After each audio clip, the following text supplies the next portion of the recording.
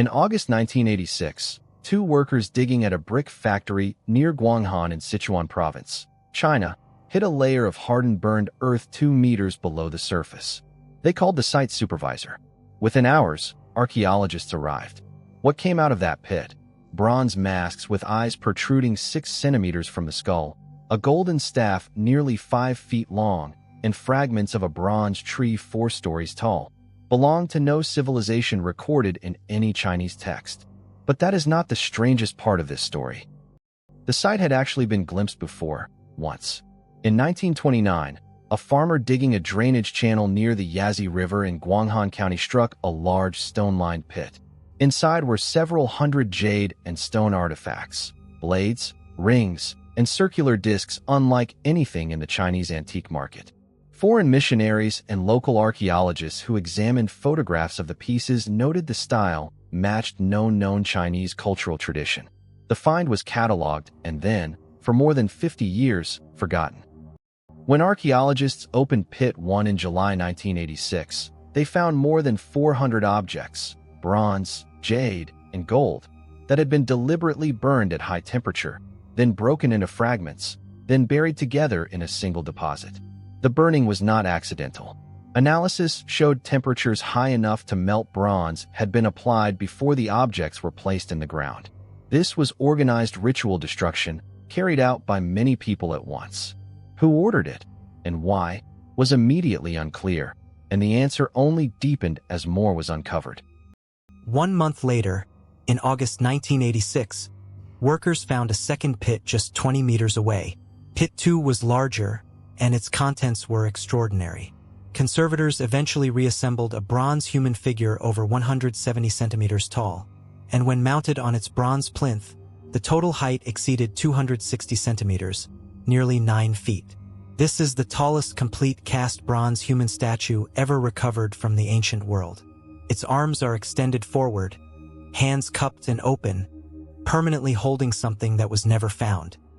The bronze masks from Pit 2 were unlike anything in the archaeological record. Each one shares the same impossible features. Eyes that protrude outward in thick cylindrical stalks, extending up to 6 centimeters beyond the face. The ears sweep back and upward like fins.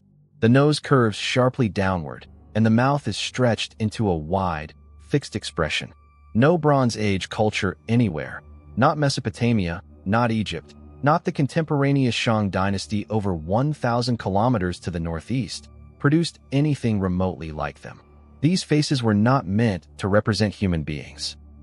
Then there were the trees. Conservators spent years piecing together bronze fragments into a sculpture now called Sacred Tree No. 1, a 3-tiered structure standing 3.96 meters tall, with bronze branches carrying birds perched at the tip of each limb. From the trunk, a bronze dragon descends headfirst toward the base. No object like this exists anywhere else in the world. The closest reference point is a mythological cosmic tree from ancient Chinese texts, the Fusang, the mulberry from which the sun rises. But those texts were written centuries after this tree was already buried. The gold objects were equally inexplicable. A gold scepter, 143 centimeters long, hammered from a single continuous sheet of gold foil wrapped around a wooden rod, was found with the wood long since rotted away. Pressed into the gold surface are repeating images, a fish, a bird, and a human head wearing a feathered crown. These specific motifs appear in no Shang Dynasty object and no Zhou Dynasty artifact. They appeared nowhere in recorded Chinese art history until Sanxingdui, and their symbolic meaning remains undeciphered. As archaeologists surveyed the surrounding land, the true scale of Sanxingdui became clear. The site covers approximately 12 square kilometers, roughly the area of a medium-sized modern city. Surrounding the ancient urban core are massive earthen walls, some sections still standing 6 meters high, built from rammed earth requiring an enormous coordinated labor force working over decades. This was not a ceremonial site or an elite burial ground. This was a fully functioning capital city, and it was enormous. Carbon-14 dating of charcoal and organic material placed the city's occupation between approximately 4,800 and 2,800 years ago, meaning Sanxingdui was continuously inhabited for close to 2,000 years. Population estimates based on the site's area range between 10,000 and 20,000 people at its peak, placing it in the same demographic tier as contemporaneous Bronze Age cities in Mesopotamia and Egypt. And yet not a single reference to it appears in the written archives of the Shang Dynasty, which controlled much of China during those same centuries. The Shang Dynasty was a deeply literate civilization. Shang scribes engraved thousands of oracle bone inscriptions onto turtle shells and cattle bones, detailed records of divination, military campaigns, tribute payments, and royal births. These inscriptions survive today and have been extensively studied. But across 3 centuries of Shang-era inscribed history, covering events from drought to war to celestial phenomena, there is not one reference to a powerful state in the Sichuan basin producing objects like these. The silence is total and unexplained. The people of Sanxingdui left behind no writing of any kind. No inscriptions on bronze, no marks on pottery, no bone records, no clay tablets. Every other major Bronze Age civilization produced at least a partial written record. Sanxingdui, across 2,000 years of continuous occupation, produced none, or if they did write, they used materials that have not survived. This forces archaeologists to reconstruct an entire belief system, political structure, and trade network from objects alone. What those objects reveal is remarkable, and what they conceal is more remarkable still. Inside the pits, layered above the bronze objects, archaeologists found more than 100 elephant tusks. Asian elephants had been absent from Sichuan for at least several centuries before the pits were sealed. These tusks were not local. They had to have been stockpiled over many generations or traded in from regions far to the south, possibly from what is now Yunnan Province, Myanmar, or mainland Southeast Asia. The presence of over 100 tusks in a single ritual deposit implies Sanxingdui controlled long-distance trade routes of enormous reach and regularity. Ancient Chinese texts, written long after Sanxingdui fell, contain brief references to a people called the Shu living in the Sichuan basin. The texts describe Shu rulers with names like Silkworm Elder and Fish Fu, clearly not personal names, but titles or later mythological inventions. The Shu are described as alien in custom, independent in political tradition, and ruled by semi-divine kings whose reigns lasted impossible centuries. For most of modern history, scholars classified the Shu as legend. The pits at Sanxingdui prove they were not. Around 1000 BC, after nearly 2 millennia of occupation, Sanxingdui was abandoned. Not gradually, suddenly. There are no signs of military conquest, no burned buildings, no mass graves, no weapons embedded in walls. The population appears to have departed in organized fashion. Archaeological evidence from a site called Jinsha, about 50 kilometers to the southwest near modern Chengdu, shows the same artistic traditions appearing there at almost exactly the same time Sanxingdui was emptied. The city was not destroyed by enemies. It was deliberately left. Before they left, the people of Sanxingdui conducted something unprecedented. They gathered their most sacred bronze objects and burned them at temperatures exceeding 1,000 degrees Celsius, hot enough to partially melt them. Then they smashed the remains. Then they arranged the fragments in precise layers inside the pits, placing elephant tusks on top in every known deposit, as if following a consistent protocol across all 8 pits. This was not looting, and it was not destruction by enemies. It was a ceremony. Someone gave instructions. The ritual had a script. Why destroy the most valuable and sacred objects you own before abandoning your city? 3 competing explanations have been advanced. The first holds that burning transformed physical objects into offerings, releasing their essence to the divine realm. The second argues that a change in religious authority required neutralizing the old sacred objects before a new cult could be established at the successor site. The third, increasingly supported by geological evidence, proposes that a natural catastrophe struck the city, and the burning was a crisis ceremony rather than a planned departure ritual. Each theory fits some of the evidence. None fits all of it. The catastrophe theory has gained serious traction. Geological surveys of the Sanxingdui region have identified evidence of a significant shift in nearby river courses around 1000 BC, consistent with an earthquake-triggered event on the Minjiang River drainage system descending from the Tibetan Plateau. If the city's water sources were disrupted or its agricultural land flooded, forced relocation within a single generation makes practical sense. But flooding does not explain why the people burned their bronzes before leaving. They could have taken those objects with them. The Sanxingdui people chose not to, and that choice remains unexplained. In March 2021, the Chinese National Cultural Heritage Administration announced the discovery of 6 additional sacrificial pits at Sanxingdui, bringing the confirmed total to 8. The new excavation used pressurized cleanroom tents sealed over each pit to preserve organic material that had decomposed undetected in 1986. Inside the new pits were more than 13,000 additional objects: bronze vessels, ivory, jade, gold ornaments, and a large bronze-lidded box weighing over 1 kilogram whose purpose has not been identified. Nothing like it exists in any contemporaneous culture.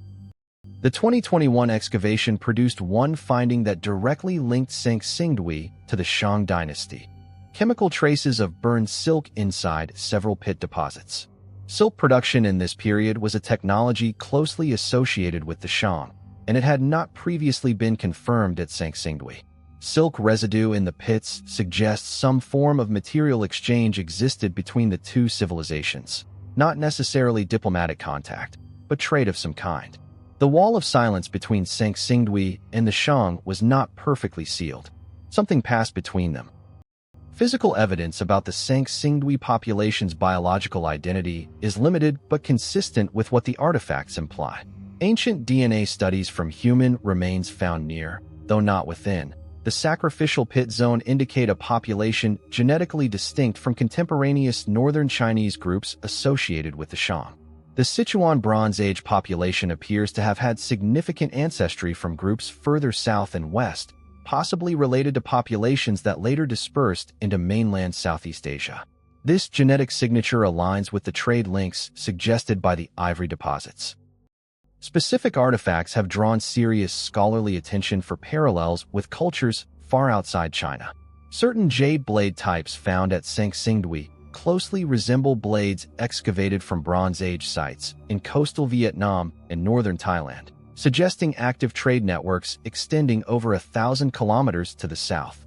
Metalworking analysis of some Sanxingdui bronzes, specifically lead-tin alloy ratios, shows parallels with artifacts from sites along the upper Mekong River, pointing to shared or exchanged metallurgical technology across a remarkably wide region. The religious system encoded in Sanxingdui's objects, though undocumented in any text, has a coherent internal logic. The sacred trees represent a cosmic axis connecting Earth to the sky, a concept found independently across many ancient religions. The birds perched on the branches are solar symbols representing the sun's daily journey. The bronze masks with their exaggerated non-human eyes most likely depict divine ancestors or supernatural beings, not ordinary humans. The tall standing figure with extended hands was almost certainly a king or priest performing a permanent act of devotion, frozen in ritual posture for eternity. The successor site at Jinsha, discovered in 2001 when construction machinery near Chengdu struck a buried cache of artifacts, displays Sanxingdui's artistic vocabulary in diminished form. The monumental bronzes are absent. Gold objects are smaller and thinner. Ivory deposits continue, but in lower quantities. Whatever political authority commanded the resources to produce the Sanxingdui bronzes had either collapsed or fundamentally restructured. Jinsha remained occupied until approximately 600 BC, another 4 centuries, before it too was abandoned and the ancient Shu culture dissolved into the expanding state systems of the late Zhou period. How did an urban civilization of this scale vanish so completely from the historical record that no one knew it existed until 1929? The answer lies largely in geography.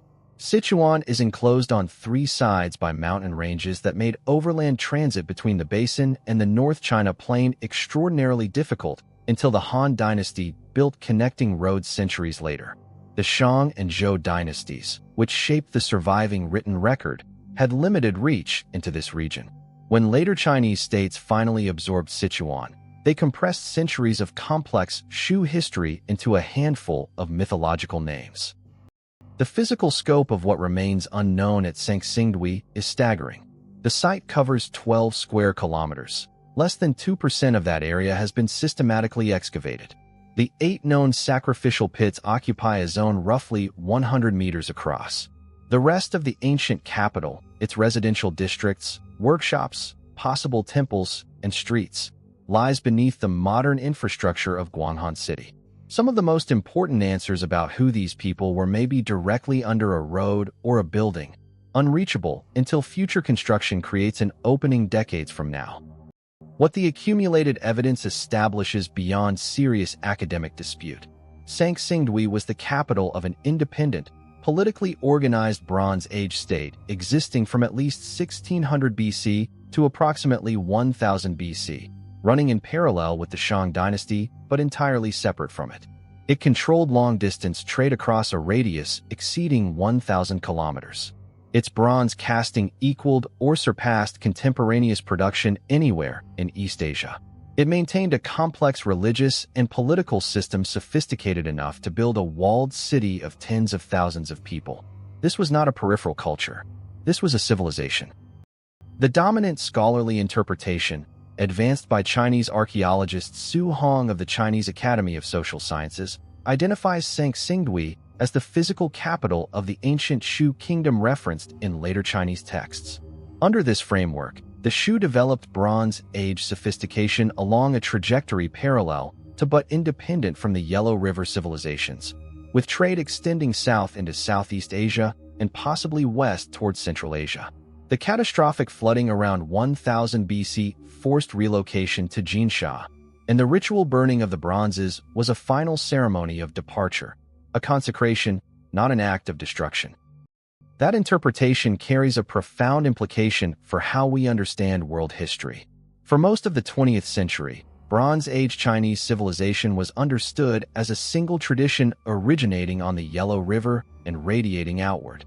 Sanxingdui demolished that model. Sophisticated, independent Bronze Age states developed in multiple separate regions simultaneously, some of which fed into what became unified Chinese civilization, and some of which were simply forgotten. The past was not a single river. It was a network of parallel streams, and most of them we have not yet found. The Sanxingdui Museum in Guanghan opened a major new exhibition hall in 2022, displaying key artifacts from both the 1986 and 2021 excavations.